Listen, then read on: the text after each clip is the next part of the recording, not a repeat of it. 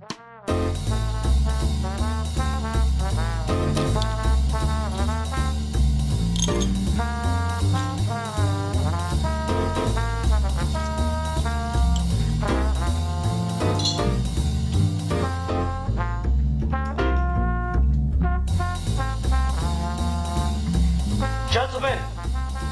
the time has come once again to discuss things.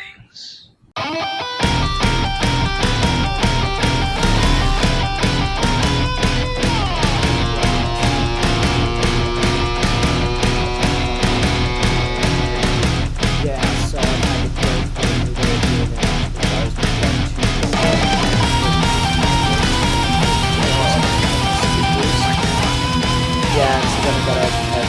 because it's a big pain in the ass, but anyway, let's go ahead and get into this. Hi everyone, welcome to another episode of Geeky Gentlemen. I am Sid Partu. Joining me today is... The real Manos! Indeed, the real Manos is joining me today. Manos, what are we here to do today? I believe we are here to talk about that new Wonder Woman movie all the kids are talking about. All the kids are talking about, and all the old men like ourselves too. Yep. Okay, so this is gotten a lot of press, a lot of attention. It is probably, in a weird way, the most anticipated of the DCEU films, which it otherwise wouldn't have been. So that's kind of a good thing, kind of a bad thing. But with how bad BVS and Suicide Squad were, everyone was pretty much like, if Wonder Woman sucks, this universe is fucked. And, like, Justice League could still certainly be bad, and no one knows what's going to happen with Aquaman, but this movie has restored faith for a lot of people. Manos is a bigger Wonder Woman fan than I am, but I'm a pretty big Wonder Woman fan, and I'd been waiting for a Wonder Woman movie for quite a while. This wasn't exactly what I had hoped for, but we'll get into that. Manos, what was your just general reaction to it? I loved it. It's the Wonder Woman film I had been hoping to see for quite some time. I've been hoping to see a Wonder Woman film for at least almost 20 years now. Once the superhero film started to come back in a big way in the 2000s, I was hoping Wonder Woman would be along any time, but that apparently took 17 years to get to. So, gotcha. It was a little bit frustrating, and I was one of those people who were bitching about the fact that Marvel was able to get Rocket Raccoon on screen before DC got a Wonder Woman, who is one of their three biggest characters.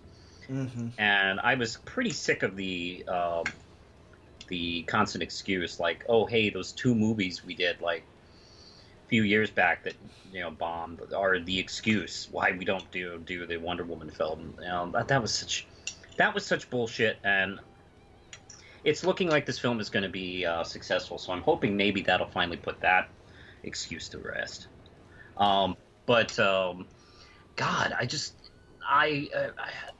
this really did expand Gal Gadot's performance as the character, because it gave her a lot more to do. It was beautiful. It was emotional. It did a lot of things the DC films have not been doing so far, in that it gives me focused stories with characters I give a shit about. Mm-hmm. And it does what I really love in Wonder Woman. It gives me three kinds of stories. It gives me a superhero story. It gives me an epic story, like with the gods, and it gives me a war film too at the same time. I really enjoyed it. Is what I'm trying to say. I'm of multiple minds about it. Like, I've been seeing people talk about this movie, and it's like, oh, it's everything I ever wanted from a Wonder Woman movie, and I'm like, it is definitely not that for me. I have some very specific problems that might go away. Like, I can think of reasons that this could become less of a problem for me over time, just on a purely, this is a Wonder Woman movie level. That being, and everyone, this is full spoilers, by the way, she doesn't offer any one piece throughout the entirety of the film. And that's really out of character for Wonder Woman. But at the same time, you could argue, well, that's her arc, because you get that by the very end. So there's stuff like that that kind of got to me. And then there's just some general stuff about, unlike you, Manos, I actually do like the new 52 Wonder Woman book quite a bit. Yes. But I didn't want that version or anything like that version of the mythos brought to screen, and unfortunately we got something, more like that version. That's like, that for me was, okay, I wanted that to be one of the exceptions that we just played around with in the comics for a couple years. I didn't want that to be the one that was introduced to general audiences. Also, and this is a problem for me that, like, it got worse for me as the movie went on. I'll say that Gadot is... Gadot or Gadot? Gadot. Gadot. Okay, I'll say that she is on a technical level, she is a good actress. She does a good job. I have a real problem with her in this role, and that problem gets compounded by specific things that are said and brought up in the movie. And that is, I don't see any way for that to go away unless she just becomes a very different person after having been in this movie. And I don't see that happening given the way she's, the things she's continued to address in public and stuff, so. Are you talking about the actress or the character? The actress. Okay. I think she did, like, if I knew absolutely nothing about her, I would have no problems with her as Wonder Woman. It is... I've heard her say things, read statements from her that deeply bother me, in specific to her playing Wonder Woman. And I don't know, that really bugs me. So that probably isn't going to go away, and we'll get into it, but there's my general opinion. So I guess the other general thing that I've been kind of thinking about this movie is, well, this is a much better film than the film I'm going to compare it to, just on a structural level. Yeah. The way I've reacted to this is, I feel like this is the Batman 89 of Wonder Woman movies, where it's got, like, a lot of the elements that people associate with the character there. It's very obviously not trying to hide that it's about this character, but there's something lingering for me underneath where I'm not 100% sure that they truly understand the character that they're portraying. Mm. And that's kind of where I'm at with it. Geez, where do I start? I don't agree. Let's see. I actually felt like this was the first DC film to actually understand its character. Out of 4 films. Because Diana's goal, her quest here, is to... She is going to... Of course, she has this simple goal. She thinks it's simple. All she has to do is, destroy Ares. And war will be over. And, of course, she has a, big learning experience with this. And she does bring up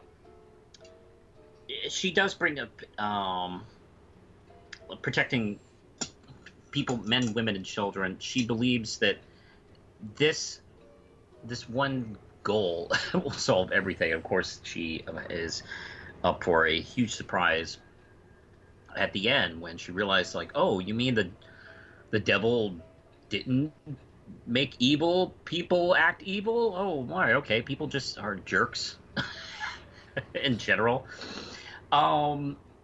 This is a lot about a character wanting to do something, and then when you get to do it, you see that it's vastly different than what you expected.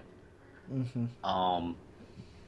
As far as, like, peace, she really didn't have much of an opportunity to do that. We're right in the middle of the war. She actually was hoping.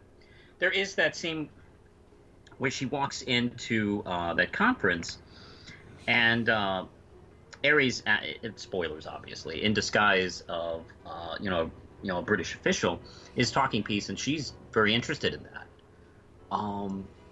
She doesn't have any time to do any negotiations. She's looking for Ares. So that really didn't really stick out to me at all. This character like acts out of love. She cares about all the people she sees, even the random people on the streets, the soldiers, the men, women, children. She wants to help all of them, and it's up to Steve to keep her focused. Like, we can't stop and help this person, but we can help them along the line, or we can help the next person by getting our mission taken care of. Yeah, and that's the kind of stuff where, like, I need to go see it again and just see if that stuff rounds out more for me, because it was just, I was just wanted that one scene where she asks them to surrender. That's what I needed. Like, she asks them to surrender, says, please just surrender, lay down your arms, I don't want to hurt you, something like that. Was the thing I was waiting for, but I think you can make a pretty good argument just based on, general thoughts out the door, that it's her character arc to come to that place, because you get that moment at the end where she decides to spare Dr. Poison. Yeah. So I think there's a genuine argument for that, and how much I would agree with that is something that I'll just have to see on a second viewing. And again, like, that's the Batman 89 thing is just my general thoughts. I don't feel that the very important, the feminist side of Wonder Woman is played up enough in this. I think it's just kind of impossible to get away from that completely, but you can't. I don't feel like it's strong enough in here. I feel like they underplayed it as much as they could. I think they underplayed it, and I think they played it safe, but here's the thing. I think it's there. The focus is on war and peace and humanity. The feminist quality is there, and the fact that we're even doing this film, and the fact that we're delivering a character that is multi-layered, I think in a way also assists that. And you know what? Hell, man, I have seen dudes like get all bent out of shape and pissed off about Star Wars and Rey, calling that a feminist statement. Like, there is not one fucking line in that movie about gender equality, but yet people are still pissed off. And that to me proves just the basic of putting a woman in a role like this is a feminist statement. And I would hope that maybe as we hopefully do more Wonder Woman films, that we might get to see that developed. But you know what? Just simply putting a female character out there in this kind of multi-layered situation, and treating her with such like importance is in itself a feminist statement. And here's the thing, because I think Jenkins kind of went kind of middle of the road on that. The beauty is, if you do have kind of a feminist viewpoint, you can look to that and you can see that in the film, and kind of use that to to jump off of. And if you are someone who tries to ignore as much as fucking possible with that kind of thing, and just want to see Wonder Woman kick some ass, then you can kind of like gloss it over. And I guess my rebuttal to that is just, and this is something I've talked about a lot, is superheroes are not about subtlety. Her name is Wonder Woman, right? She is the symbol of just blatant feminism. Gloria Steinem put her on the cover of the magazine. I can never remember the name of the goddamn magazine. Miss, thank you. Put her on the cover of Miss. Even if you go back to the old Marsden comics, all the bondage imagery, besides being his kink, was in reference to the original women's suffrage movement. So, thank you for bringing that up, because I'm so sick of people not getting that part of it. Yeah, totally. So, I certainly agree, and I will say I did like the fact that Ares did actually bind her. That was kind of cool to see, that they actually stuck that in there. But I do agree with the fact that just making the movie in and of itself is a feminist statement. I would hope that if they get a sequel, they just go full on, just absolutely as hardcore as you can into the feminist ideology. As it stands, it's not a problem. This is just like, this is my thing where I'm hearing people say it's the Wonder Woman movie they always wanted, and that's a statement I do not agree with.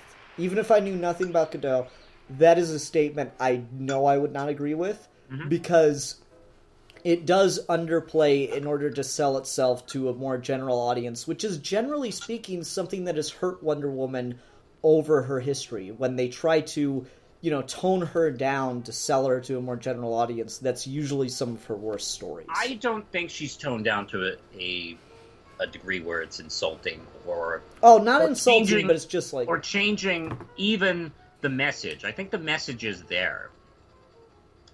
So I don't see that as a problem. It's not. It's not a problem. It's just, it's not a problem in like the same way that, like, I don't know, what's a good plot hole or not a plot hole. What's a good thematic thing to point? It's not a problem in the way of Batman in Batman vs Superman going, oh, he murdered innocent people or didn't care about the consequences, then just fucking driving his car through trucks and shit.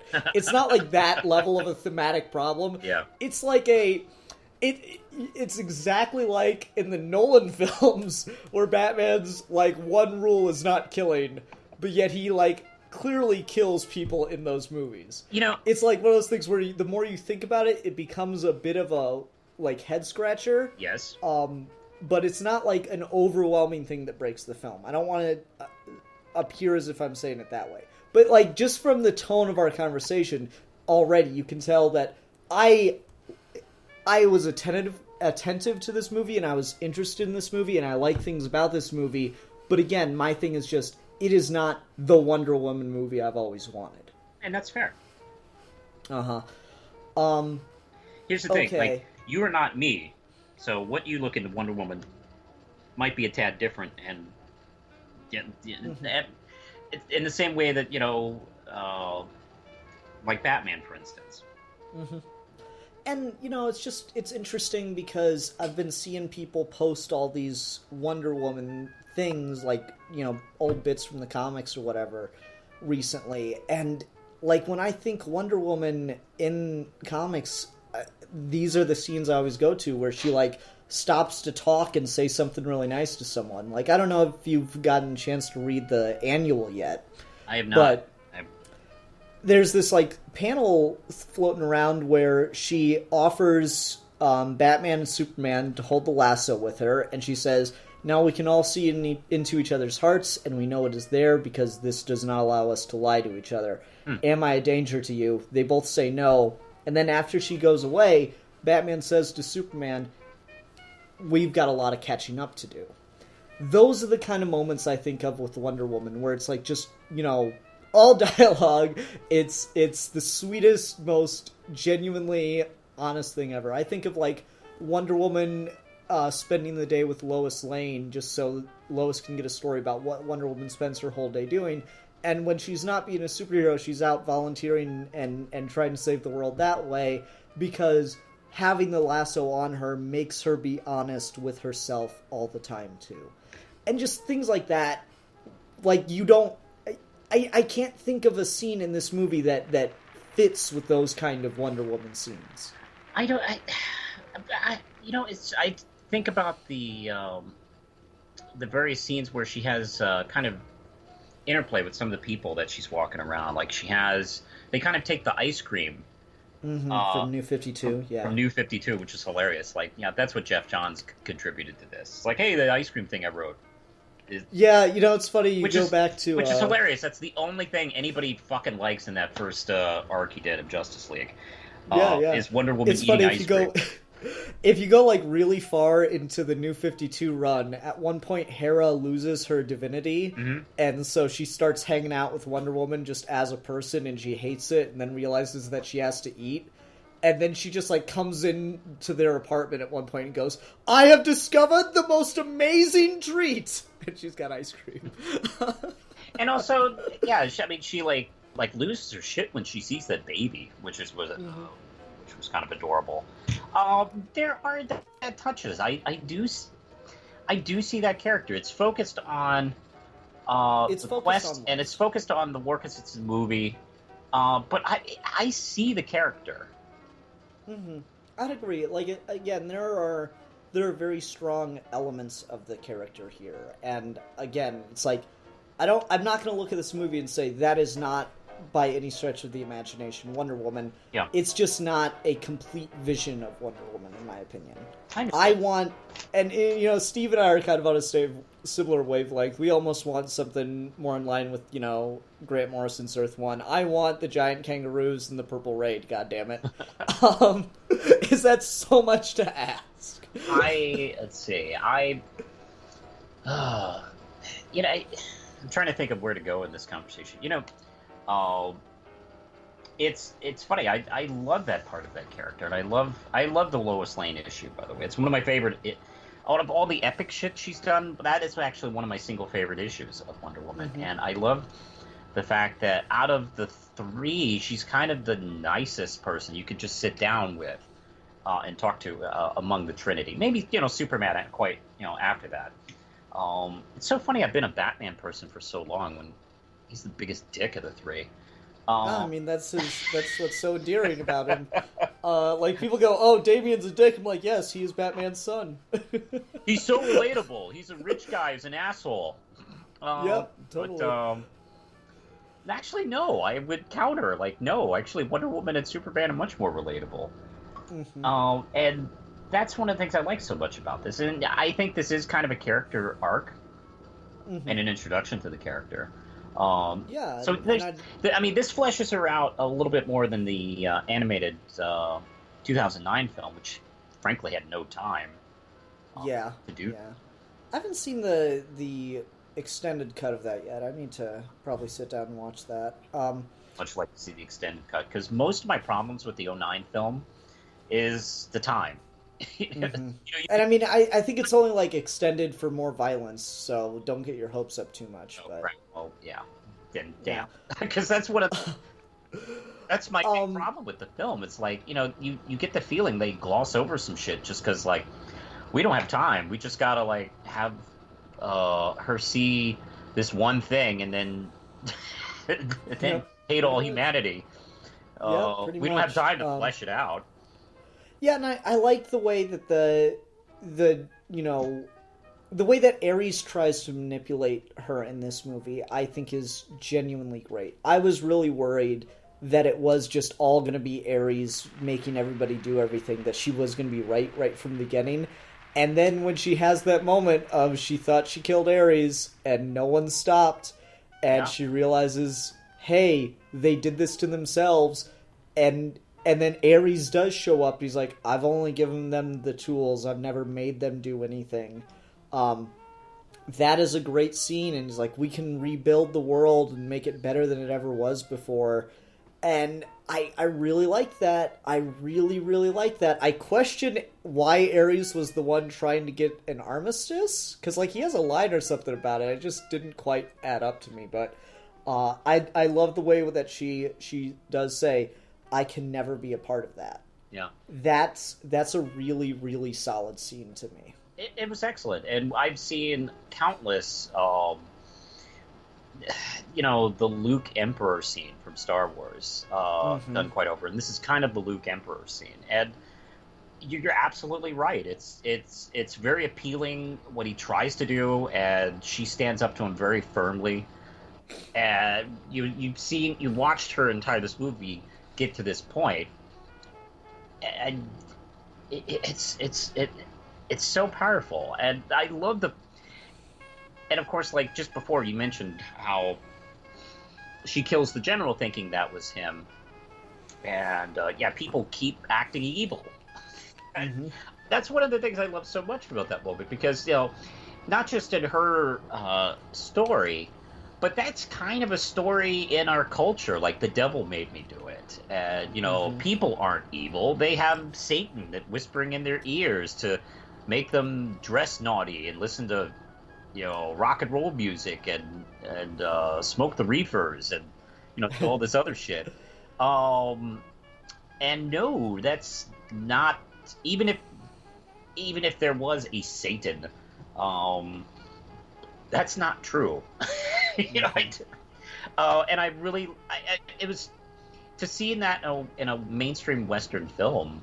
It was fantastic. I love that moment of recognition. Like, oh man, maybe people are just dicks. Okay. Now let me ask you this, yes. because I know you don't like the New 52 Wonder Woman basically at all. That's correct. How did you feel about the fact that they did go with Daughter of Zeus here? I knew that was coming in, and I had already prepared for it. It's not like I was surprised by it when I saw the film. And I've had this long-standing theory that New 52, one of its main goals was to be sort of a farming house for ideas for films, much in the way of the Ultimate line in Marvel was. Although the difference is Marvel pretty much took the aesthetics and concepts from that line, but the characters are still the characters. I mean, Captain America in the cinematic universe isn't the Captain America from the Ultimate books. He's not a jerk. He's not the dark side of America. And unfortunately, it seems like so far, 3 movies in or 4 movies in, DC has been going the whole route. Like, oh, we're taking this we're taking these complete story ideas, and character treatments and these viewpoints into the movies, even though, these characters haven't been behaving like this for like 70-some years. Wonder Woman, one of the things I like so much about this film is, even though they take the remarkably unoriginal, unimaginative, lazy route of making her Hercules, I think they ran with it really well. And to be honest, that annoys the change in her origin from clay to Hercules origin is lazy, but I could live with it. The big change is that they didn't keep the whole evil Amazons thing, which was for me the last straw, not only for Wonder Woman but for DC Comics. Yeah. After I got to Wonder Woman 7, which I think that happens in, I remember just putting that book and going, you know what, fuck DC Comics. I'm never reading again. We're done. And I wrapped up, the story arcs I was reading at the time, and then it was finished. That was really, it was pretty damning for me. And it told me this is not the DC Comics I have grown up with. It's not the DC Comics I want to have anything to do with. It's not an appealing DC Comics universe to me. And I'm happy to see that the Amazons in this film are the Amazons of DC. So I don't know, man. Claire Underwood's one of the Amazons. I wouldn't be. But hey, look. One of the Amazons is also Princess Buttercup. So Princess Diana was trained by Princess Bubblecup. Damn it. Princess Diana was trained by Princess Buttercup. So, done. Sold. Yeah. The Amazons are good. Yeah. See, I actually quite like the New 52 idea of, okay, let's make her Daughter of Zeus just as something to try out for a while in comics, because it's fucking comics. We can always go back, right? Yeah. And guess what? They did. It did not take long.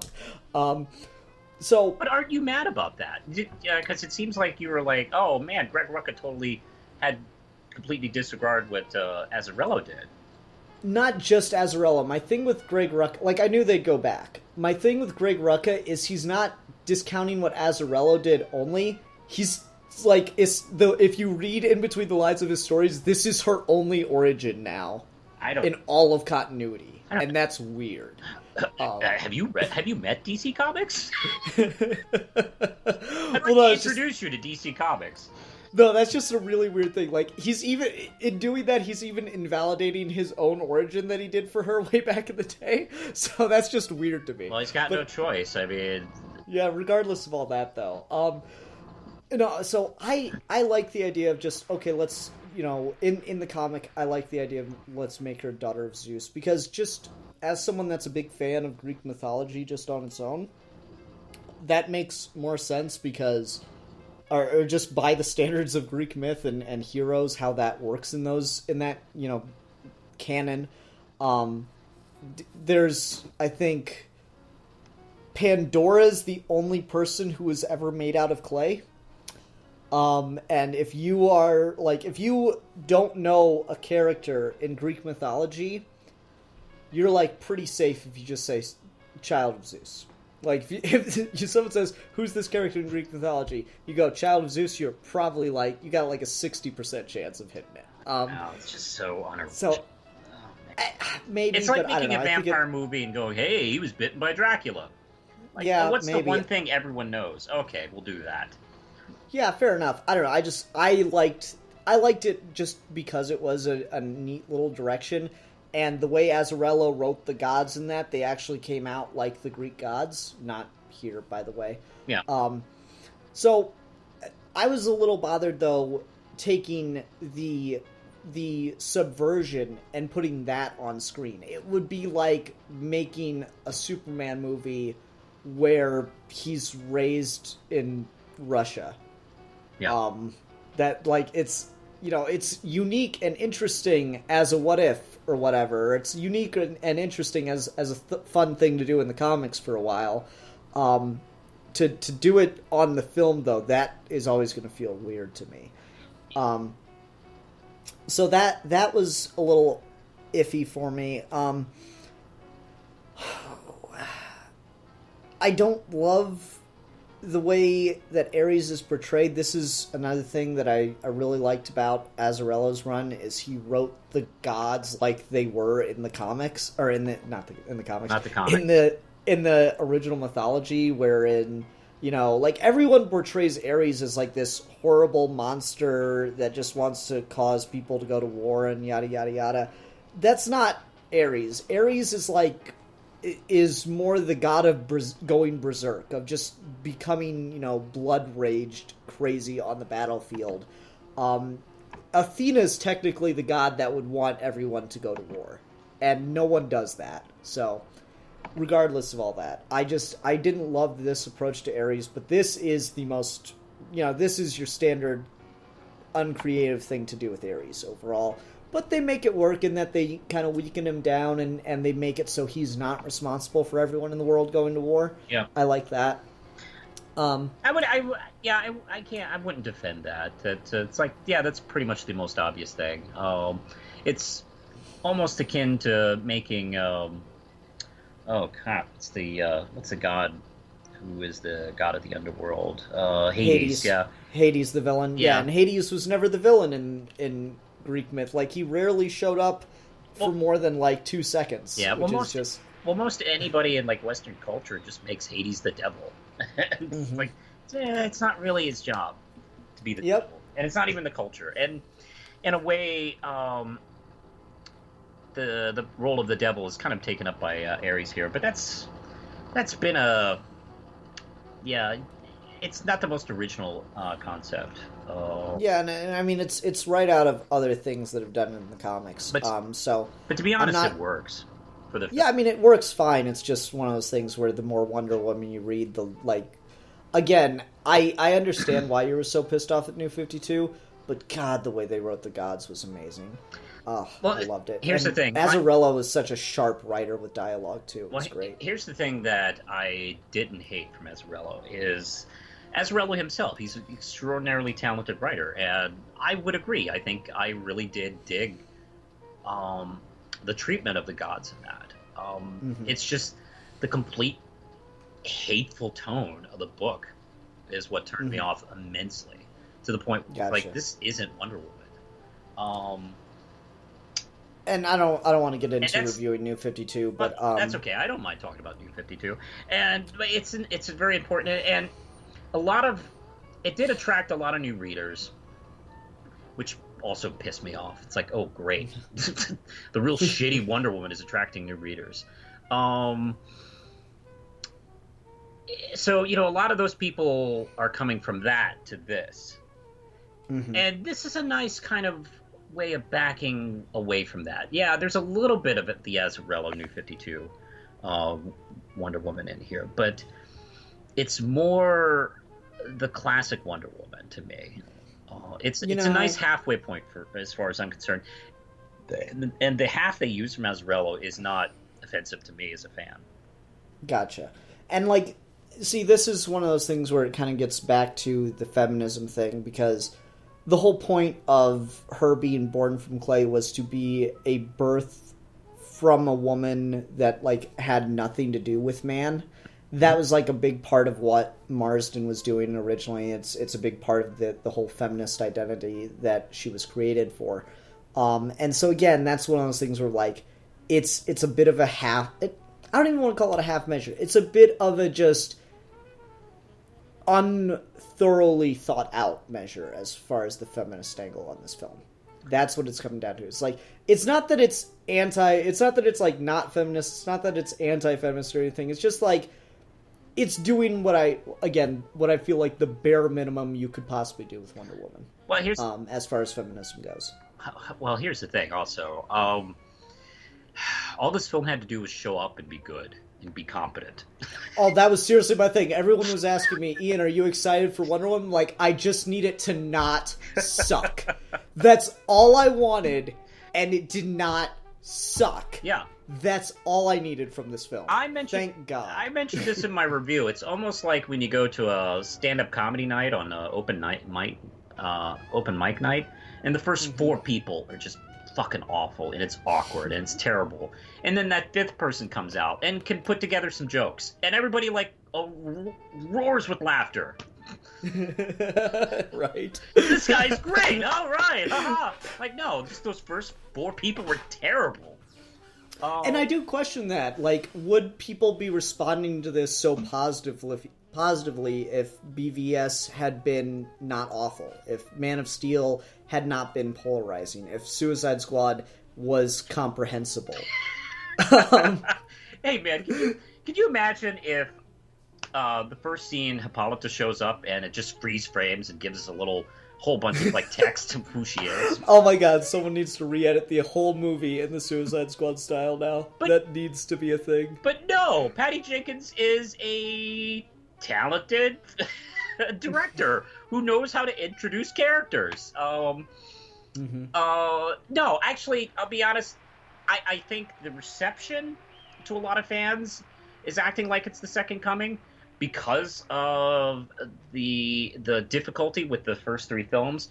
But I think if this film was first, I think this would still have been very well received. I mean, I'll say it's much better than Thor, which is kind of, in a lot of ways, it's parallel in the MCU. I cannot stand what Thor kept doing. It's like, oh, magic and science are the same thing. That doesn't make any sense. It's either bad sci-fi or it's bad fantasy. Pick one. And so I love that this didn't try to pussyfoot around any of that. It went, okay, it's a Wonder Woman movie. She's a god. Deal with it. She is literally a Greek god in this. There is a magical lasso. It's got elements of magic in it. I sincerely hope that if we do a sequel, just another Wonder Woman solo, give me Cersei. I would love Cersei. I've been kind of digging through, like, man, which should be the next villain? Because Ares has pretty much since the 80s been her number one villain. I keep going back and forth to, like, If we're going to continue with the New 52 stuff, I would love to see the Firstborn. Yeah. But I don't know who that is. He ended up being like the overarching villain of the New 52 run, where he was like the first child that Zeus and Hera had, and because of the prophecy of what kept happening with Olympus, where Kronos killed his father and took over, and that's the Titans rule, and then Zeus killed Kronos and took over, and that's the gods rule. So the second Zeus had a male child, he just like buried it in the earth. Okay. So that no one would ever find it, and that was the villain of the 52 run. Gotcha. I would not like to see that. Okay. I would be, because you know what? Here's the thing. I'm so sick of people complaining about her rogues gallery, saying she doesn't have a good rogues gallery. That is bullshit. It's just they're underappreciated, and they're unlike the Batman rogues gallery, which are like all over the place. They're just as popular as Batman. I can't. literally all the time. All the same characters. They don't. The other galleries do not get that same kind of treatment. And the Wonder Woman gallery, I would love to see Dr. Psycho in the next film, maybe played by Peter Dinklage. I would love to see Cersei, as you mentioned, or God, let's see. It would be fun to see Giganta, but she's definitely a second tier villain. The one working for the big main villain, or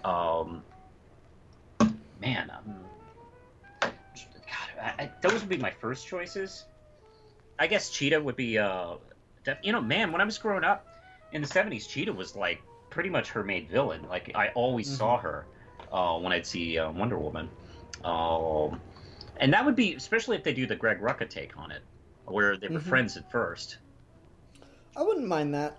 It's just one of those things where like you'd have to power up Cheetah because she's got so many damn origins that I'm just like, really, she can take on Wonder Woman. So you'd have to power her up in the same way that Rucka did in Rebirth, where she's actually got godly level powers. I'm pretty sure they would go with the most recent one, so yeah, that would be a good one. So I don't know what they plan to do with it in the future. I still think that DCEU is kind of on rocky footing, and it'll depend on how Justice League turns out. It is. To whether or not we ever get a sequel. Apparently it's been announced Jenkins has signed on for a second movie, which, okay, cool. But I opened the review talking about this, and I think now's as good a time as any to really get into it, and that is Gadot's personal history, personal views that make this a really hard movie for me to watch on some level. For those that don't know, Gal Gadot served in the Israeli army. If you are a citizen of Israel, you are required to serve in the Israeli army. I have no problem with the fact that she served.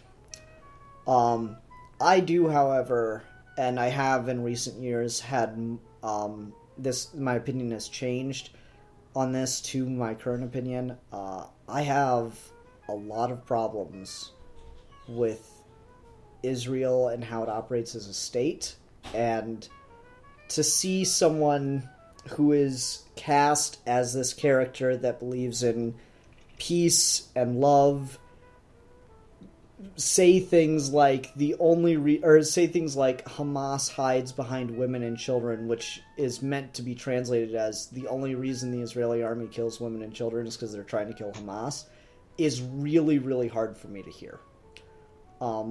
She's like, I don't necessarily blame her for having those viewpoints. She was in the military. She's been told this kind of stuff her whole life. I also think she's probably seen some shit. Yeah, I'm sure she has, but as you know, I worked for a news station for a couple of years. Yeah. I edited, national stuff together for our local broadcast, and a couple of years ago there was another spike in tension between Israel and Palestine, and there was a, proper invasion and bombing and shelling on both sides again, and I had to cut the video, and I got to see the stuff that you don't get to, and that forever really, really altered my opinion. And I understand. Don't get me wrong, I'm not trying to say that one side's innocent. I understand for a fact that there is an equal amount of suffering, like, in the moment on the other side. I get that. But again, to have this character of peace and love try to use the spotlight that is on her to justify that kind of stuff is really, really hard for me to deal with. I see that, and I see her talk about this, and it's come up several times. I see her talk about this, and I just feel like she does not understand the character that she is playing. And then, I watched this movie, and there are, like, specific lines where it's like, you use weapons where you cannot see who's on the other side of it. And she sits down with the Native American. For those that don't know, I have Native American blood. She sits down around the campfire with the character Chief, who's Native American, and he says, well, I'm free out here as someone trying to profit during the war. Wouldn't be back home. She goes, well, who did that to your people? His people. And he points to Steve Trevor. Who is asleep and has no idea this conversation's going on. Yeah. That's a very, very similar thing you could say to the situation between Israel and Palestine. I believe it was Jimmy Carter called, Gaza an open-air prison. It's really one of those things, like, this issue is by no means black and white, but at the end of the day, Hamas is a terrorist group, Israel is a state. And so I put much more responsibility on the state of Israel, and therefore, when I hear her say things that justify the, I'm gonna go for it, the imperialist and apartheid doctrine of that state, it is just, if you could imagine the complete opposite of Wonder Woman, it is those statements. And so I have a really, really hard time seeing her in this role say those things, act that way, and then in the movie say things like, oh, who would do something so terrible to your people? How could you use weapons where you can't see who's on the other end? So there's my cards on the table. And I understand people will not be bothered by this. I understand people can put politics and whatever right outside their head. And on some level, yeah, I can do it too. I mean, I've gone, 30, 40 minutes into this video, and I've been able to talk about the things that I did enjoy about the film. I can judge the work just on its own without a wider real-world context. But I feel like once you know these things about it, it's hard not to, in some way, shape, or form, color your perception of the film.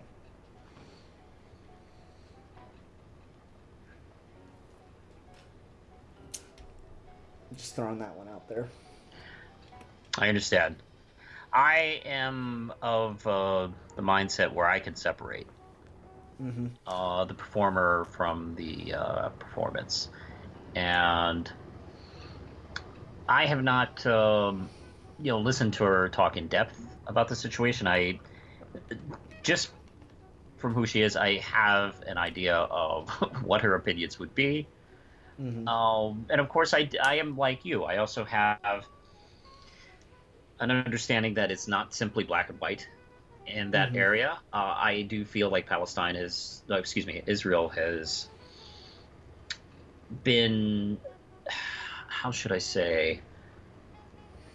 I don't want to say forced, but put into a position over the years where they have felt like they have had to behave in such ways politically and do things militarily wise, and it's and of course the United States has helped, and in an effort to make sure we're allies and we're trying to be supportive, kind of take a blind eye to a lot of the things they've done, because unfortunately Israel being a country, well, like every other country, has a dark side. Every single country.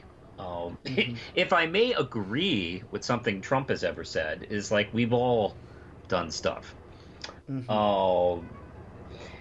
that's one of the few times I will ever agree with anything he said. So I don't. So here's the thing.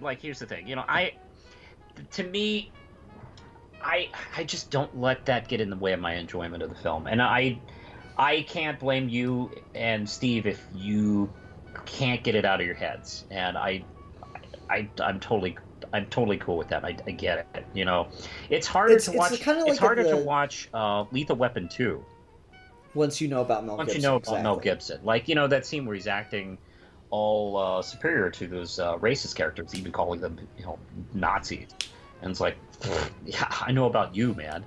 But it's the exact same thing, but to me on a much grander scale, because it's not like she doesn't have really much excuse besides this is just the way she was raised, and that's part of how these kind of ideologies get baked into people's heads. It is. And I understand that people go, well, Israel's attacked constantly and all this stuff. I'm like, yeah, I get that, but again, Israel's a state. I have higher standards for it. and I feel everyone should. And again, I got to see the videos that, like, I was specifically told to cut out the things that are too violent for you people to see.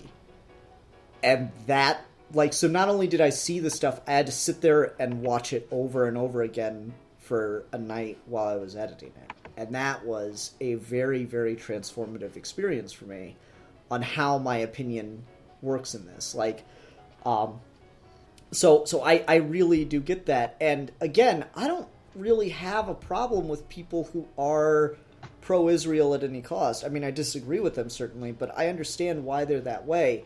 I have a problem with Wonder Woman sitting here and justifying a doctrine of apartheid and imperialism. That's the thing I have a problem. It'd be like if Christopher Reeve came out as like, we just need to establish a Fourth Reich. That's all it really comes down to. Like, you would, no matter how good Superman 78 is, you would have to have a problem with that movie at some point, just seeing him play it now. Well, the thing is, this is how I could separate it, because now, to be honest, I haven't heard her in depth talk about these things, so I don't know what's in her heart. Mm-hmm. And so that does make it easier for me to separate it. And to be honest, I don't want to dig into it. And, and ignorance is bliss, right? It is ignorance is bliss, and also I don't know her story. I don't know what things she has seen. I don't know her background on these things. So I find it unfair for me to judge without really any good case. Gotcha. I mean, in the case, in the example of Mel Gibson that I just brought up, I had a case. I heard story after story. I've heard a lot of in-depth stuff about that. In this case, I do not. So I would not jump to any conclusions on that. And also the fact that I would hope that I would hope. Now, of course, I don't really know her character and if she's a person capable of change or not. I don't know. But it would be nice that even if her time in Hollywood, or hell, the time playing this character, could have some positive effect on her. That would be a really interesting thing that I've thought about too, and I don't know if it would, like, you can never make up to the people you've hurt, right? Or you can try, but you can never guarantee. But I would find it interesting if she, by playing this character, became more inspired by it and was able to question her own convictions, her own beliefs, and look at them in a mirror and see how different she is from the character she's playing, and yet she idolizes that character. That kind of reaction. Yeah. I believe everyone is capable of change. It's just a question of when. Yeah. And that's and unfortunately sometimes the world doesn't have time to wait for you to change. But I do believe everyone is capable of coming around, of seeing, quote unquote, the light, whatever you want to call it. I just hope that, for her it happens sooner than later. I hope that watching this, seeing the response that she gets from this, and seeing, some of the negative backlash from it, because this movie isn't being played in Lebanon. Lebanon's not playing it because she was in the Israeli army. And there have been people, voicing their outrage that this part of the fact that she is, she has been very outspoken in support of Israel and kind of dismissive of Palestine in a lot of ways. There's been backlash for her on that. And, importantly, there are people who served in the Israeli army. Some of the most critical people I know of Israel, besides, Nazis, are people who are either Jewish or from Israel.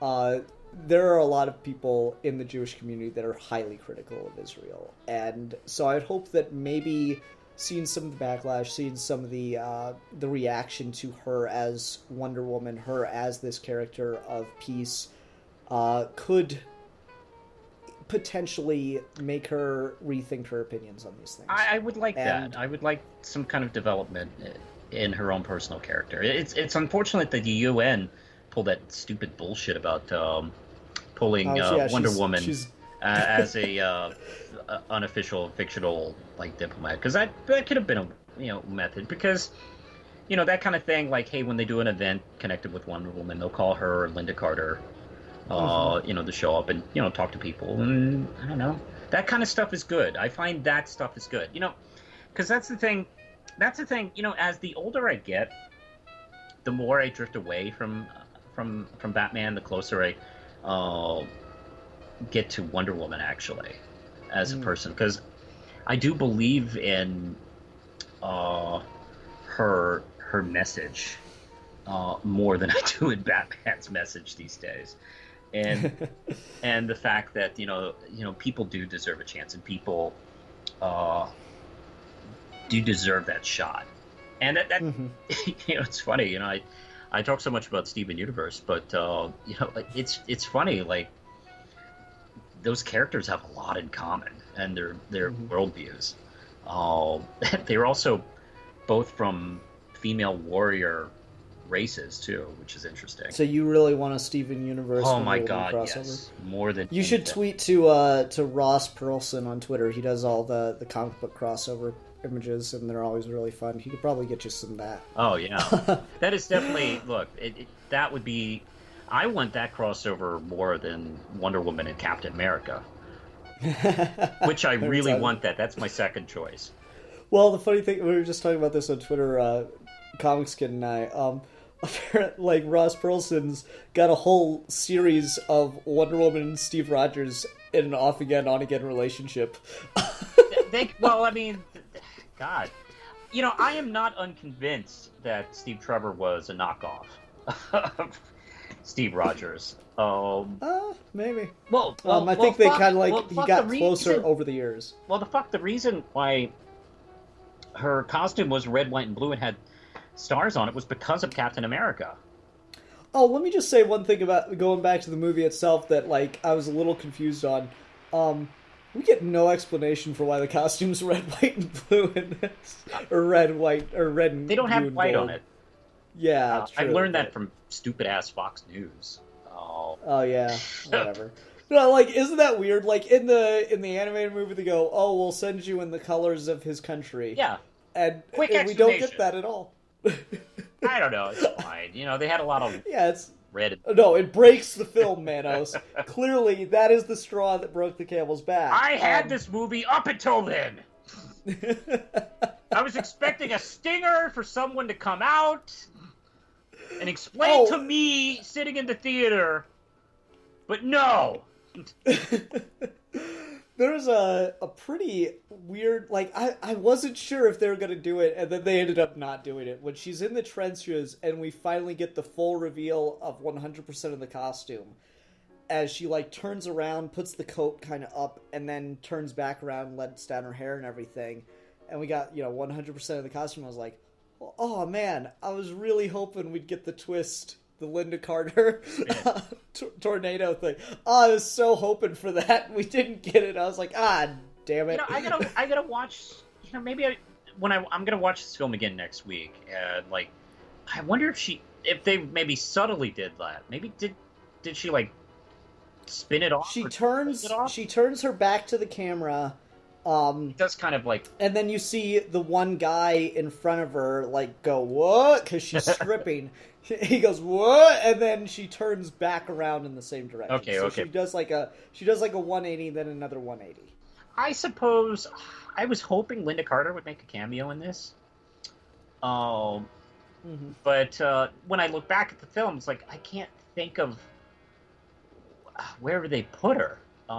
Yeah, and it's weird because like I could think of some interesting ideas, but they've killed off all the gods now, so you can't do that. I was like, Linda Carter would be a great Athena. Well, here's the thing. The way they killed off all the gods, it's off screen. It happened before the movie started. It's told to us. Mm-hmm. It could be a lie, or they came back, or something like that. See, honestly, I hope that they don't bring back the gods, just because it always confused the fuck out of me in the comics why the new gods exist when Kirby established them. Yeah. He established them saying the old gods died, and by that he clearly meant, like, old mythology, Norse, Greek, Egyptian, and are replaced by Fourth World, Dark Side, High Father, all that stuff. So I sincerely hope that they do not bring back any of the Greek gods. I think they can, but I don't think they won't. Let me just say that. Because also, thematically, in the film series, that actually makes a lot of sense, because it explains why no one worships these gods anymore. You know, they're gone. Oh, yeah. That's why. They're dead. So now we just need to figure out what the hell's going on with Jesus, and... Like, is Jesus going to show up and fight Superman because he's taken all his worshippers with all the Christ allegory in the Man of Steel? What? There was Christ allegory? It's really subtle. Okay, man. You might not notice it. At one point, like, if you paid close attention, Superman puts his arms up in, like, a cross position. Oh, man. You know... Yeah. Zack Snyder is the most brilliant filmmaker ever. That's Zack Snyder. He's like the next David Lynch. Yeah, totally. I love that he has a co-writing credit on the story, and I assume that's from her kicking the tank. I think he that scene.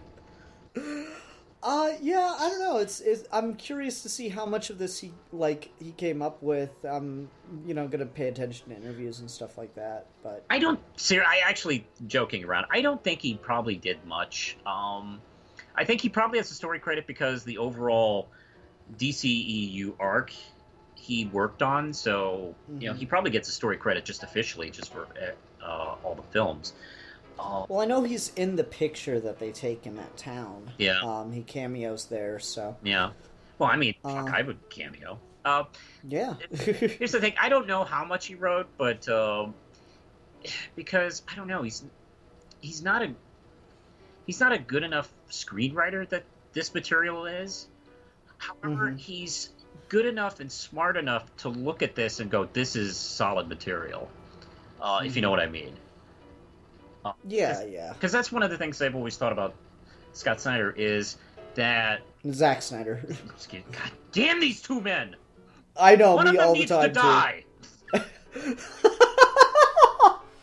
Oh, that was dark. I have no use for Scott Snyder. Done. Me too. You've done your thing. Go away, so I can, not confuse you. Anyway, I can't possibly just take a second and think. But, no, I am... let's see, excuse me, Zack Snyder. Damn, why did both have to work on DC projects? But Zack Snyder... Yeah, Zack Snyder, one of the things I have made fun of his work a lot in the last couple of years, especially this past year. But to the point where I'm sure people probably think I don't like his work. I really like his work. I think he's a really talented director. I think he's like a talented, like if Michael Bay was a talented filmmaker, he'd be Zack Snyder. Yeah. And I think even though he isn't as smart a writer as he wants to be, I can see in his work he wants to be, and I see he understands and respects good work.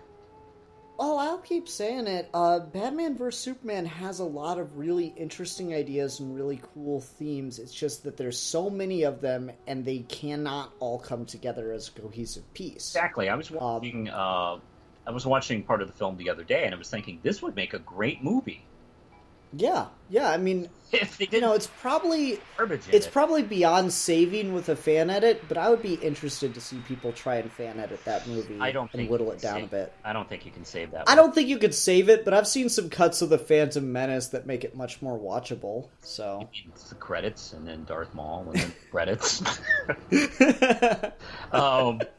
But there's a cut of the Star Wars prequels where they just cut them all into one movie and cut out as much of the bad as they possibly can. Yeah. You know how much they take from Phantom Menace? Oh God, barely anything. They take the Darth Maul lightsaber duel. That's it. That's the thing. It's like, I feel like Lucas didn't realize for years that the prequel story isn't 3 movies when he sat to write it, and he was like, fuck. I gotta do a lot of padding. So that's probably why we got a lot of the garbage we did in those. But getting back to Zack Snyder, I mean, he appreciates and understands superior work, and that's one of the things I like about him. I like the fact that he's there. Of course, one of my problems with Zack Snyder as a filmmaker is he will go for the cool thing first, over and over again, and he doesn't know when to edit down. He doesn't know when to stop. And I think those are his 2 problems as a filmmaker. And there are times, look, I'll defend Watchmen every day. Yeah. I have some friends who hate that movie, but I love it, and I think that could have been a terrible film if he hadn't have jumped in. And I still love 300, but that movie was made for Zack Snyder to direct. But one of the things I love so much about this film, this Wonder Woman film, is it barely has any Zack Snyder on it. There's some moments here and there, obviously. It has some Zack Snyder to it. And to be honest, I think there should be, because it is supposed to fit in with the DC cinematic universe. So, well, it's one of these things that I've been saying. It didn't have anything that connected it. It's one of the things I've been saying where, like, if you look at the Marvel movies, they do a lot of things, and they were trying to figure out how to do a cohesive cinematic universe, so they're allowed to hit some stumbling blocks. Yeah. But, like, the Marvel movies are all kind of shot just a little plainly. There's not not shot plainly. They're all colored a little plainly. There's like, it's not gray overtones, but it's just like a little flat. Yeah. Say what you will about the color palette of BVS, Man of Steel, and Wonder Woman, and bits of Suicide Squad. It is very gray, but it's very, very well toned and visually striking, regardless. Yeah. There's also the soundtrack of the DC movies. Like, Guy did a great little essay on this, and I think it's fascinating. Manos, how does the Star Wars theme go? Da da da da da da. Okay, how does the Harry Potter theme go? Da da. I don't know. I know how it goes. I don't know if I can imitate it. Yeah. I'm trying to think of... shit, I can't... I know how it goes, but I can't imitate it. Well, like, so that wasn't a strong example. I'm trying to think of, like, other movies that have, like, just a very, very good... Superman. Godfather. Oh. Yeah, well, I didn't want to go Star Wars and Superman, because those 2 are really similar. But, like, Godfather, like, you can name all these movies, and a lot of people can, just hum the tune to these things. Yeah. How many Marvel movies have you seen? All of them. Okay. Excluding Guardians and excluding any pre-licensed music, like other bands' songs played in the movies, can you hum any of the themes to any of the Marvel movies? Oh, yeah. I mean, the Avengers main score, of course. It goes... da da da da da da da da Avengers, da da da da da. Yeah, see, that's the thing, is like the soundtrack of the Marvel Universe is very, very plain, very same, very safe choices. I would say DC boring has choices, frankly. Yeah, certainly. DC has really knocked it out. Like, say what you will about Man of Steel, it's got a great theme. Say what you will about Batman v Superman, it's got some great music in it. Hans Zimmer always delivers. Wonder Woman's theme that's used in this was introduced in that. I love that they kept it. Suicide Squad, bad movie. They were just doing Guardians, but it's still cool soundtrack. There's a lot of, like, little things about the DC universe that just are functionally better parts. It feels like a more cohesive universe than Marvel does at times. It's just a lot of the movies are bad.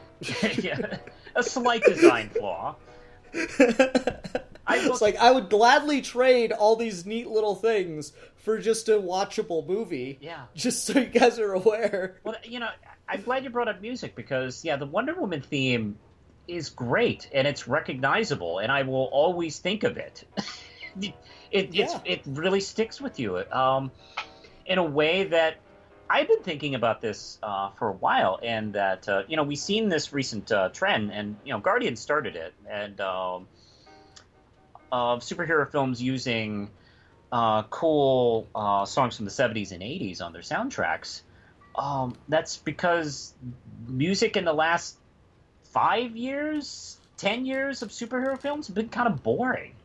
And I love the Avengers. The Avengers, I love both Avengers films. The original is like one of my favorite superhero films. I don't know what the fucking soundtrack sounds like. I don't know what the main theme sounds like. I don't at all. I can't. We were joking about it, but I could not. I would not be able to think of it. Like when I said hey, I can't imitate the Harry Potter one. I know that theme when I hear it. Yeah. Dun dun dun dun dun Dun, dun, yeah. dun dun dun dun dun dun. Every time I try to do it, I end up doing a different song. Yeah, but like there's all kinds of stuff like that, and there's this great visual essay. I should remember the name. I think it's Every Frame a Painting did it, and it's called like the Marvel Symphonic Universe. And he does that. He goes on the street and he asks people, "Hey, can you hum the theme to this soundtrack?" And he's like, "Indiana Jones, da da da da da da da da da da da da, Jurassic Park." Like he goes, he picks all the John. Yeah, that's when I try to imitate Harry Potter, I end up doing Jurassic Park. It's John Williams. He's very, very similar. But no, there's like he names all these movies, and people do them left and right, left and right, left and right. And then he goes, "Are you a fan of the Marvel movies?" And then everyone's like, "Oh yeah, I'm the biggest fan of the Marvel movies." And then he goes, "Can you do one of the songs?" And no one could do it except for the '60s Spider-Man theme. Yeah, and that's that may be off the subject, but that is a slight problem with the Marvel films is the scores. I can't think. They've had 80 films so far, and I can't think of one damn score from those films. Yeah, and like that's something that DC has hit out of the park for me. Which is not that's a. I wouldn't. If I was Marvel, I wouldn't want to make that trade. Oh, certainly, but you mean? But at the same time, it's good scores. All we have to do is make shitty films. Yeah, it's one of those things where like it's not a saving. It's not enough to save the movies, but it is enough to see that there's like I hate people that say that like Batman v Superman is just a lazy piece of crap movie that you can clearly tell no one put any effort into. I don't agree. No, that is not anywhere near the problem with that film. As much as I hate, there's so much done well on a technical level. It's just. It does not all come together as a cohesive whole is the problem. This doesn't have that problem, and it's great to see or hear the soundtrack in this, that it has its own original score, but it is actually able to take the Hans Zimmer score and work it in for the action scenes, and it's still perfect. Yeah.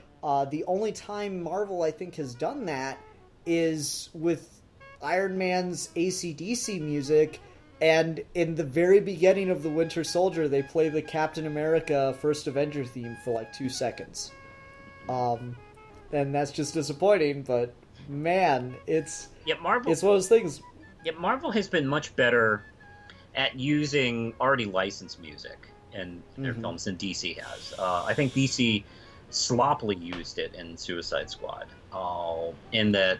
the most immediate comparison is the original Guardians, and Guardians actually used it as the soundtrack was not only like cool music for scenes, it also almost was the character of Star-Lord's mom interacting with the story.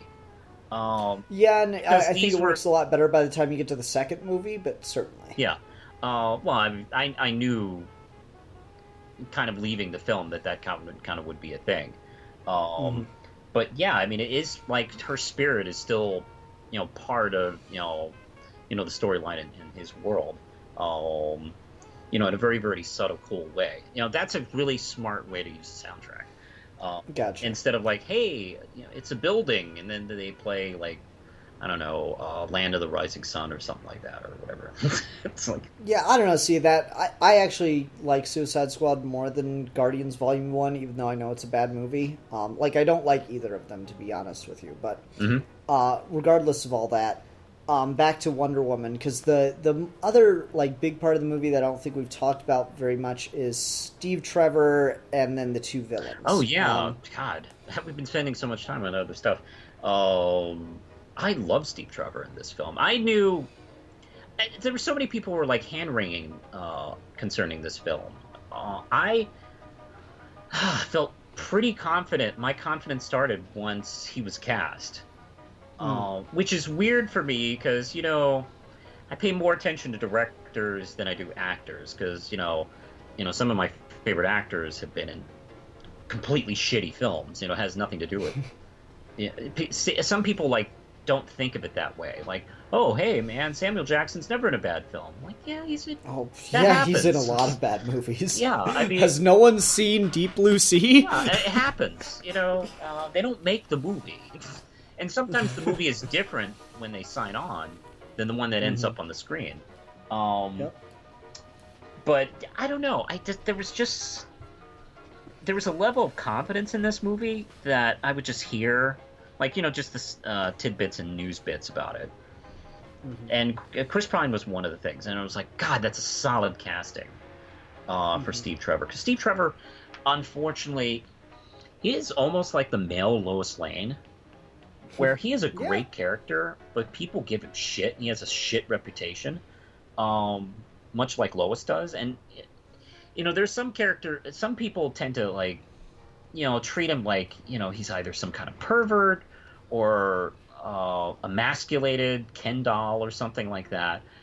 And it's completely unfair to his character in those kind of portrayals. And I knew he would not act like that in the film. I knew he would bring a level of confidence to the role, and I'm really happy that he wasn't some overbearing sexist character that needed to kind of understand that women are people, because and I like that. This is one of the few. It makes sense to me that Wonder Woman and him would have such a common bond, because they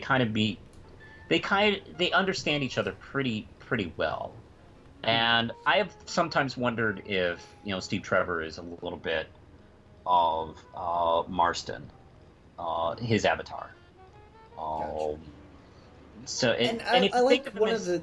I'm sorry, I keep stopping and starting. I keep thinking, if he is, sometimes I've wondered if he is his avatar, and sometimes if I think that, like, especially this version of Steve is kind of the same generation as Marston. They're both about around the same age, from that same generation.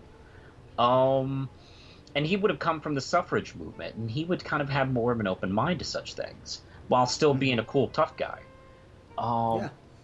And God, he's good in this film. God, his interactions with Galdot is fantastic. Of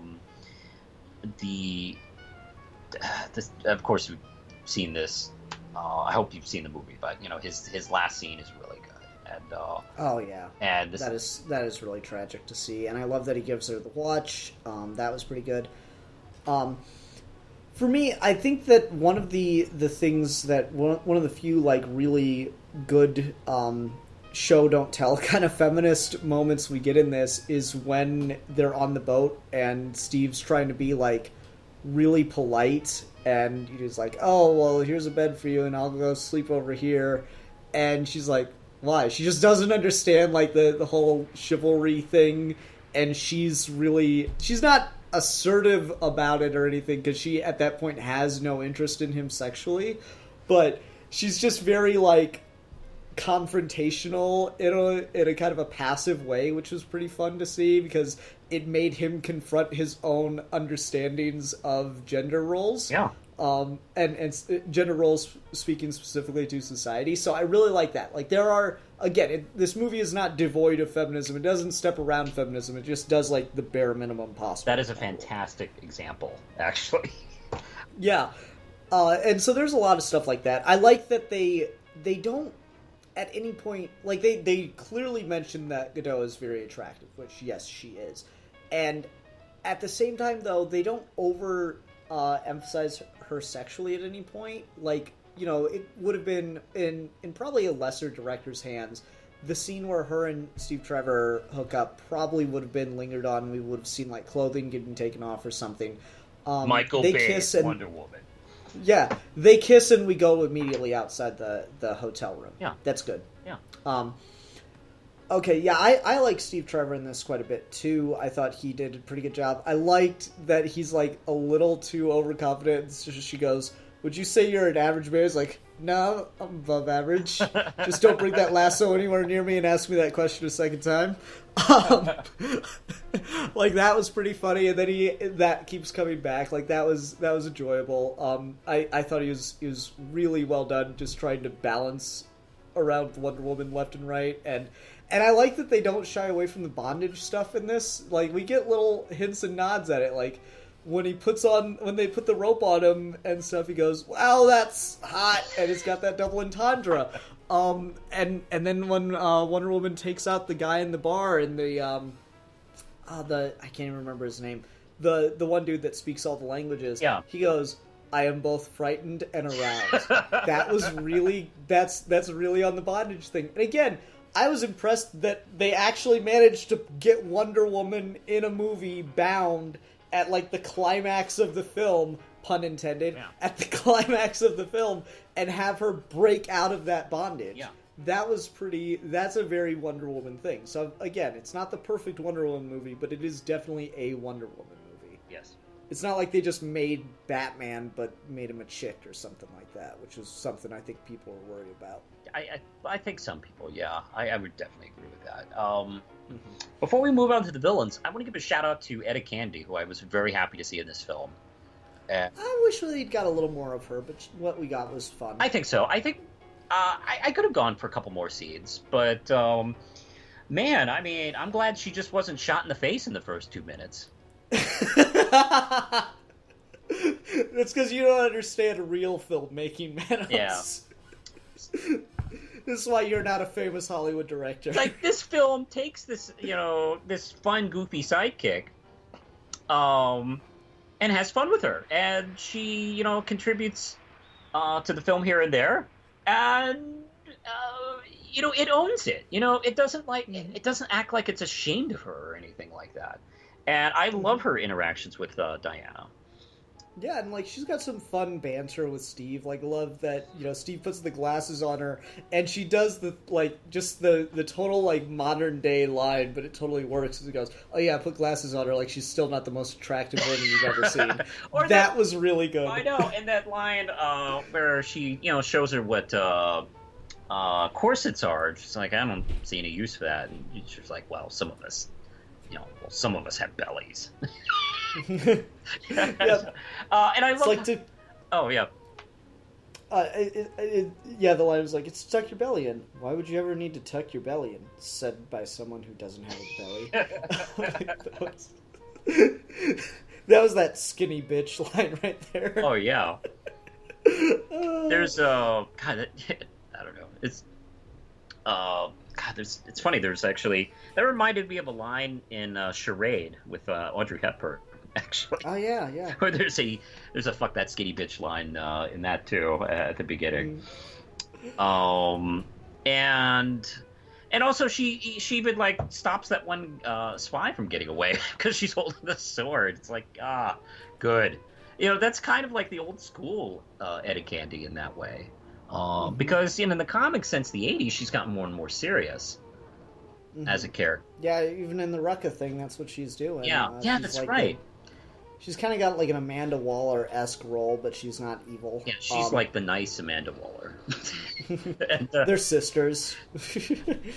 So, so it'd be nice if she turned, more fun sometime in the future.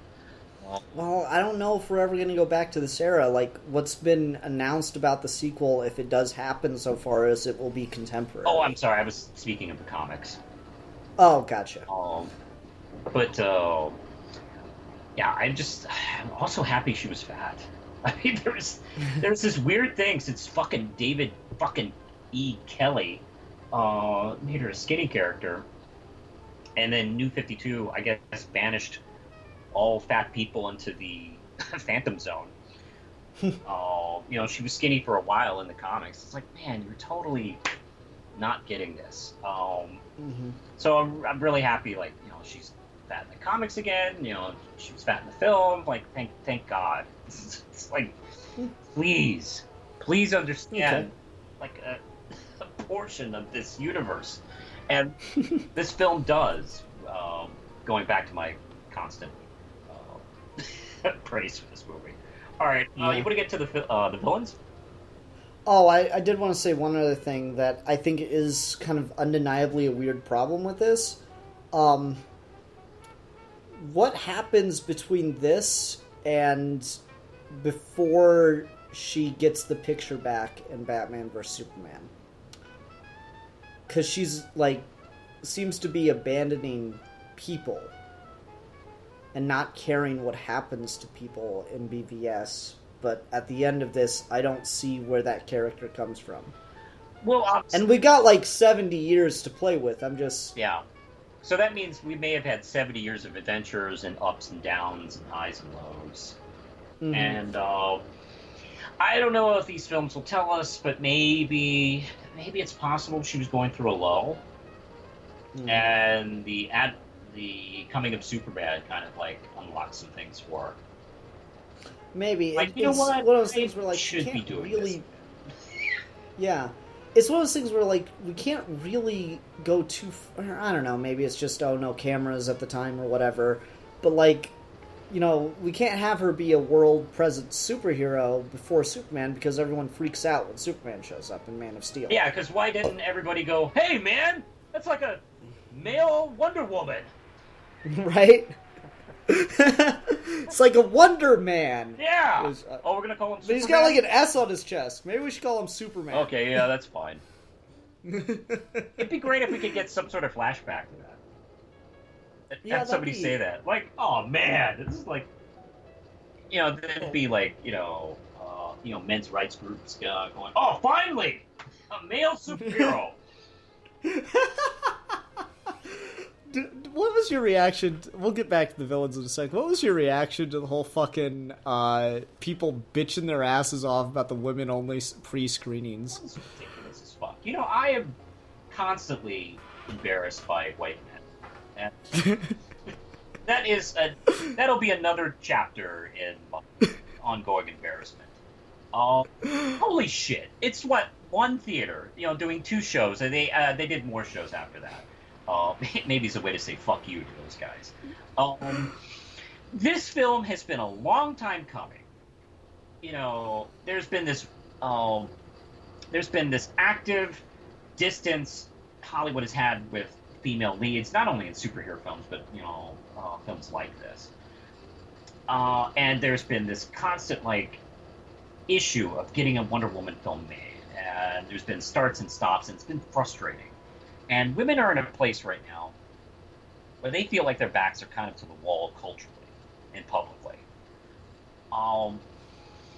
Damn, they needed this. And, let them enjoy this. This is only a couple of shows, for fuck's sake. And, you can't... It baffles me of how fucking fragile and babyish and irritating some people are. Well, the one that cracked me up about it is, like, this guy that's, like, the head of one of those men's rights groups or whatever, writes, like, this just scathing letter to the mayor of Austin about how this is, like, a clearly sexist policy meant to influence, or meant to continue the influence of women and blah, blah, blah. And then he just goes on and on. It's like, let women pretend that they were heroes too. I'm like, well, then you weren't even going to see the fucking movie in the first place. So what the hell are you complaining about? Yeah, and look, if you're talking about if you're talking about gender equality, and this is a step over the line towards your group and marginalizing your group, but, oh, hey, you totally believe in gender equality, then you say shit like that. It tells me, no, you don't believe in that. You're just an asshole that is just trying to pretend and get sympathy for your cause and act like the victim when you're not. Pretty much. God, it's irritating. Those dude bros are not men. Right. That's as far as I'm concerned. They are not Yep. Steve Trevor. Mm-hmm. Okay, anyway, so the villains. We talked about Ares already. What do you think of the Commander and Dr. Poison, respectively? His name is Danny Houston, I think it is. That guy's a really good actor. And I was surprised they went with someone that old for, like, one of her main... Like, for most of the movie, the main threat. yeah. But it's believable. I mean, he would have a position. And, he seemed like about around the right age. And, of course, he needed that the drug and stuff. Yeah, to gas him up. And also fool the audience to think that, oh, this is him. He just commands the role really well. He even gets a super villain boardroom scene, which apparently is a thing in superhero movies that Hollywood just can't let go of. Where they have a boardroom and the supervillain says, "Hey, we're going to do this thing," and one or more people say, "No, we're not going to do the thing," and then he kills them. I don't know why. It's like Batman '89 did it, and it's like, oh man, that's awesome. We need to make sure we have our boardroom scenes. Well, it's like ever since Dark Knight, every movie seems to have the hero and the villain have, like, an interrogation scene together. Yeah. Like, even this has it, where they're doing the dance. Yeah. Well, this actually does the Batman Begins villain setup, where you think it's, like, this guy, and, like, oh, no, it's that guy. Yeah, but, like, it's just so funny. Yes. Everything does it since Dark Knight. Like, it's weird. Yeah, those two films have been so influential. And it's still nice to see Batman '89's influence still there. I guess Ant-Man changed it up a little bit because, the boardroom scene really didn't take place in a boardroom. They were just walking around, but it was a boardroom scene, essentially. Yep. And then he kills the guy in the next scene. It's like, that's boardroom scene. No, but in this, I did like that scene. I like that he has that... I like that we show that he's kind of malicious without just telling you. Like, he throws in the gas that's specifically designed to destroy gas masks. Yeah. And the gas mask. Yeah. And by the way, don't take that as criticism. I really did like this. This was a good boardroom scene. Because, frankly, after it was done, it was like, oh, that was a boardroom scene. Yeah, that was really good. You know what you need to do, Manos? You need to do a video of your top 10 boardroom scenes. I've been contemplating that. Actually, after this film, I was like, I bet there's probably I think there's probably 10 now. I may have to jump ship from comic book specifically films, because the Steve and Mrs. Peel Avengers has a boardroom scene.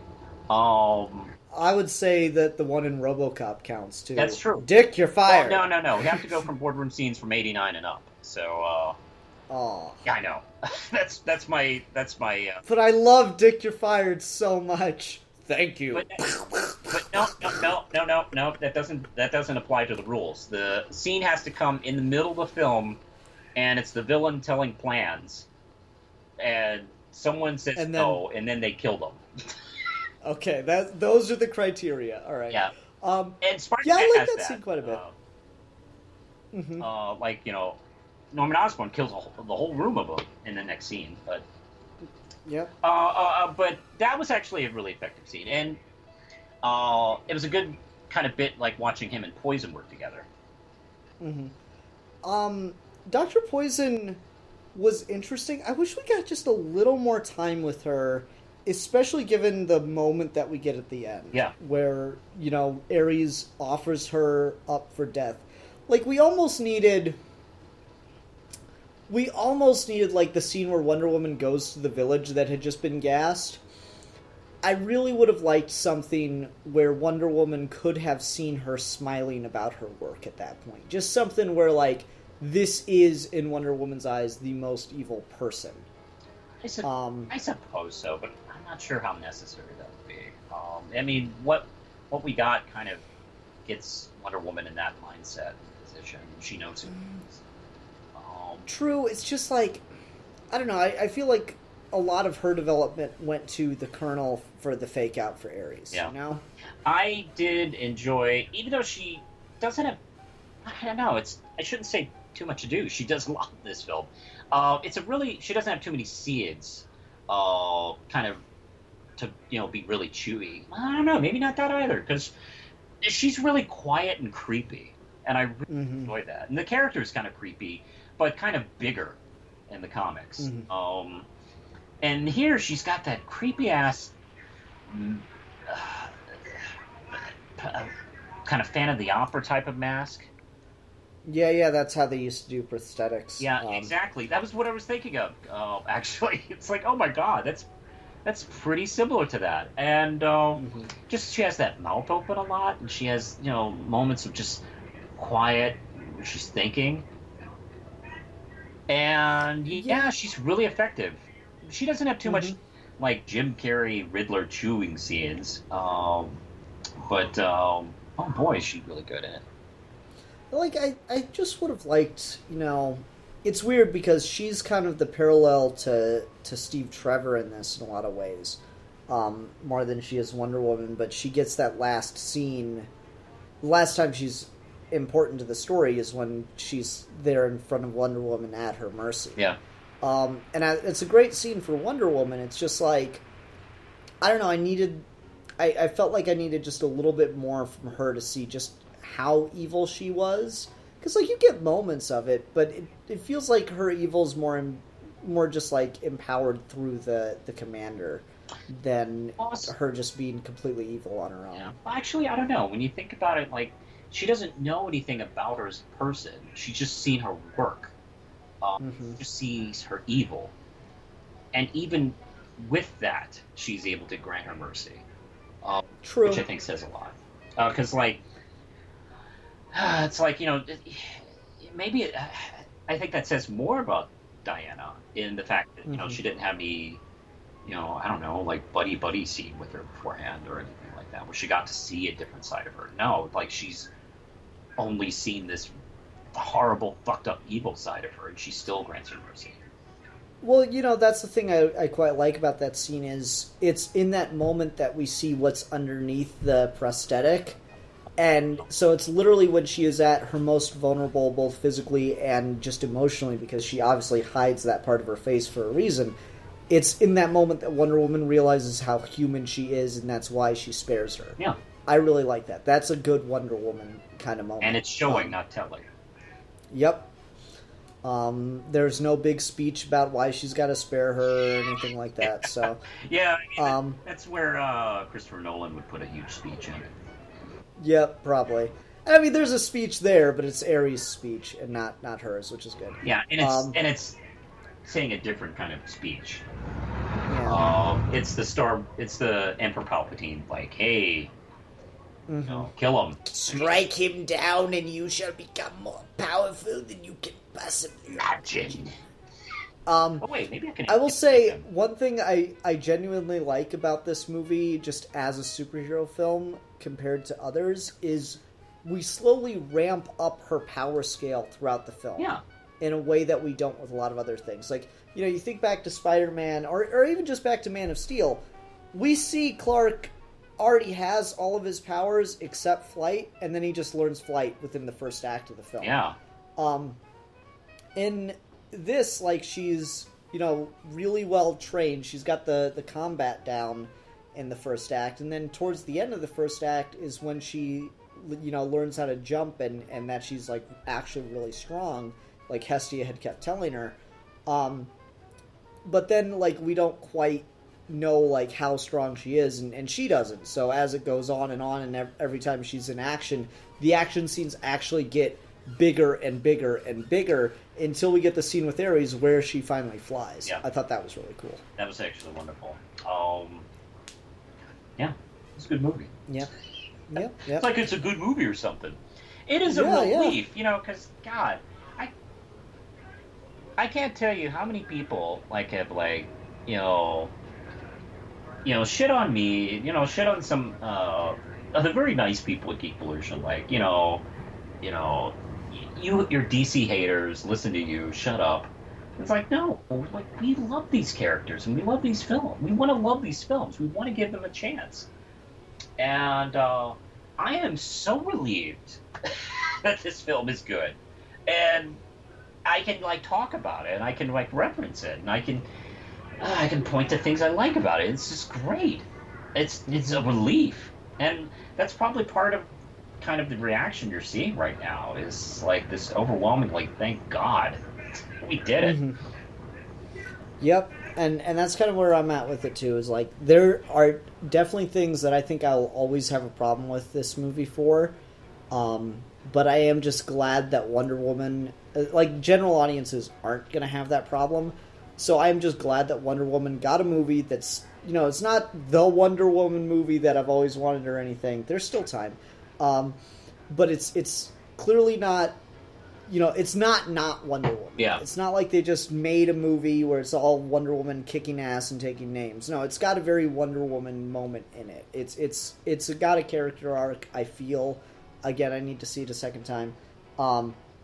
But it is clearly a Wonder Woman movie. It's not anything else. Yeah. And that's what I really... That's what I was hoping for. It was like, what I needed was for it not to suck. If I was going to dare to hope... I hoped that it would, on some level, actually be a Wonder Woman movie. Yeah. And I got both of those, and that was enough for me to be happy with this film. Or as happy as I can be with this film, let me put it that way. And there's hope for the future. Like, now that, you know, we have this, hopefully, I don't know what it's going to do. We're recording this on Saturday, so I'm not sure like what the opening weekend is going to be, but it's looking it's getting a lot of positive reactions. I don't think I've seen, you know, any real solid negative reviews. Not to the point, see, because DC needed like a mostly overwhelming hit. You know, like most of the important Marvel films. And they needed one. They didn't need this one to be half and half again. Yep. Even in those cases, after like everything settles down, even there are some people on the half side that, you know, fought for Batman versus Superman, Suicide Squad. Even a portion of those people I've seen go, okay, yeah, you're right, that did kind of suck. And I was just defending it because of you know, ABC, you know, DC Comics and stuff like that. But you know, yeah, I'm hoping, and I suppose maybe we can get into this part of the conversation. I'm really hoping this film, this doesn't guarantee it's going to change things for the DCEU. Not everything is happy and cool right now. We still got some other films to get going here. We got a Wonder Woman sequel that I think has been greenlit. We got The Flash and Cyborg and Aquaman coming. I don't know. Cyborg's getting his own movie? I've heard that. No. I don't know how solid that is. Here's the thing. I don't know how solid that is. Cyborg gets a movie, Green Lantern doesn't get a second chance. I think Green Lantern might. Or they may like have this... maybe he might be the Black Widow of the series, where he's just in everything. But doesn't get a movie himself. Although that could be Batman. That'd be cool if it was Batman. Like, Batman's had 80 movies. Let's just have him appear in these films. Let him be the Black Widow of these films. But I'm hoping, here's the thing. I'm hoping that this can change the tone of the DC films. Instead of trying to be marketing first, instead of trying to be New 52 first, and trying to appeal what we think 20-year-old boys want to see, how about just make these movies with the best talent we can, staying true to these characters that are iconic for a reason. These characters have been around for 70 years for a reason. Instead, try to stay true to them and still also have these films be fun. And, you know, this film was fun, but, you know, it wasn't a goofy, dumb comedy. Mm-hmm. And I mean, there's some dark shit in here, and it's again, I'm glad to see it, and the dark stuff, some of the most Wonder Woman moments, but I'm just sitting there watching Galdot react to it, I'm like, yes, this is awful, isn't it? Anyway, I'm gonna move on. Okay. But yeah, here's the thing, and you know, I've seen some DCU fans kind of give Marvel grief about the the way they say fun. I don't know if you've heard DCEU fans talk about this, but the way they go, oh, Marvel movies are fun. They say it like Republicans say Hillary Rodham's middle name. With that disgust. Like, fun! Oh, fuck you! Get the fuck out of here! No. Marvel movies are fun, but most of them have not forgotten to bring a serious threat to the films, an adult level of situations. The Guardians of the Galaxy films are both, really fun movies, but there's some dark shit in those films, and there's some real human moments in those films, and that comes together as a full package. Just because you're doing more serious films doesn't mean, look, these are superheroes. That they can't be enjoyable. Yeah, there should be a level of fun to these films.